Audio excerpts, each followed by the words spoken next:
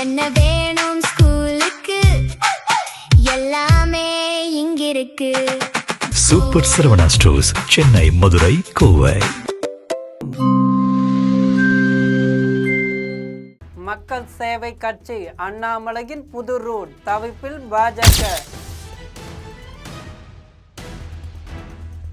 நடிகர் ரஜினி ஆதரவுடன் தமிழக பாஜக முன்னாள் தலைவர் அண்ணாமலை வரும் 15ஆம் தேதிக்குள்ள புதிய கட்சி தொடங்க உள்ளதாக தகவல் வெளியாகியுள்ளது.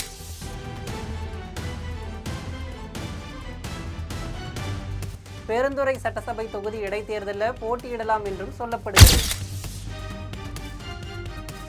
இது பற்றி நம் ஜெம் தொலைக்காட்சி வாயிலாக விரிவாக பார்க்கலாம்.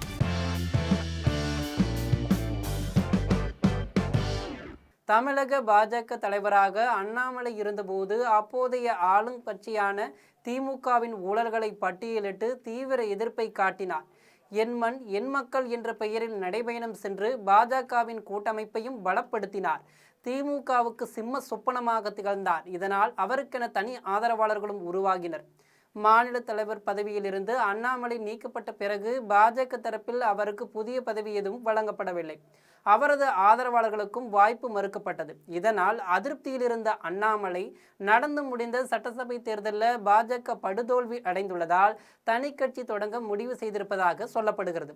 அண்ணாமலையை தலைவர் பதவியிலிருந்து நீக்கியதால் தான் பாஜகவின் வாக்கு வங்கி குறைந்து போனதாக அவரது ஆதரவாளர்கள் பேசி வந்தனர். தற்போது அவரது ஆதரவாளர்களும் சமூக வலைதளங்களில் அண்ணாமலை புதிய கட்சி தொடங்க உள்ளதாக தகவல்களை பகிர்ந்து வர்றாங்க. புதிய கட்சி தொடங்க உள்ள அண்ணாமலை தனக்கு நடிகர் ரஜினியின் ஆதரவு கிடைக்கும் என்றும் நம்புகிறார். அவர் அமெரிக்காவுக்கு செல்லும் முன் ரஜினியை சந்தித்து பேசியிருக்கிறார். ரஜினி, அண்ணாமலை ஆகியோர் கை கோர்த்திருப்பது போல சமூக வலைதளங்களில் அண்ணாமலை ஆதரவாளர்கள் படங்களை பகிர்ந்து வருகின்றனர். தலைவனும் தளபதியும் இணையும் போது இந்தியாவே மாறும், வாழ்க இந்திய ஒற்றுமை என்ற வாசகங்களை பகிர்ந்து வருகின்றனர். தூய சக்தி தீய சக்தி எல்லாம் வேண்டுவது மக்கள் சக்தியை என்றும் மீம்களை வெளியிட்டு வருகின்றனர். வரும் 4ஆம் தேதி அண்ணாமலையின் பிறந்த நாள். எனவே குடும்பத்தினருடன் வெளியூர் சென்றுள்ளார். வரும் 7ஆம் தேதி தன் ஆதரவாளர்களை சந்திப்பதாகவும் கூறியிருக்கிறார். வரும் 15ஆம் தேதிக்குள் புதிய கட்சியை தொடங்குவார். மக்கள் சேவை கட்சி உள்பட சில பெயர்கள் தேர்வு செய்யப்பட்டு உள்ளன. அவற்றில் ஒன்றை தேர்வு செய்து அண்ணாமலை அறிவிப்பார். தமிழகத்தில் காலியாக உள்ள திருச்சி கிழக்கு, மதுராந்தகம், தாராபுரம், பெருந்துறை, அம்பாசமுத்திரம் தொகுதிகளில் இன்னும் 6 மாதங்களுக்குள்ள இடைத்தேர்தல் நடக்க உள்ளது. அந்த தேர்தலில் பெருந்துறை தொகுதியில் அண்ணாமலை போட்டியிடவும் வாய்ப்பு உள்ளது என ஆதரவாளர்கள் தெரிவிக்கின்றனர். இதற்கிடையே கோவையில் பாஜக முன்னாள் மாநில தலைவர் அண்ணாமலைக்கு ஆதரவாக போஸ்டர்கள் ஒட்டப்பட்டிருக்கு. கடந்த மாதம் பாஜக அண்ணாமலையின் ஆதரவாளர்கள் பெயர் ஏதும் குறிப்பிடாமல் fearless minds have no limits என ஆங்கிலத்தில் வாசகங்களை குறிப்பிட்டு போஸ்டர்கள் ஒட்டப்பட்டிருந்தன.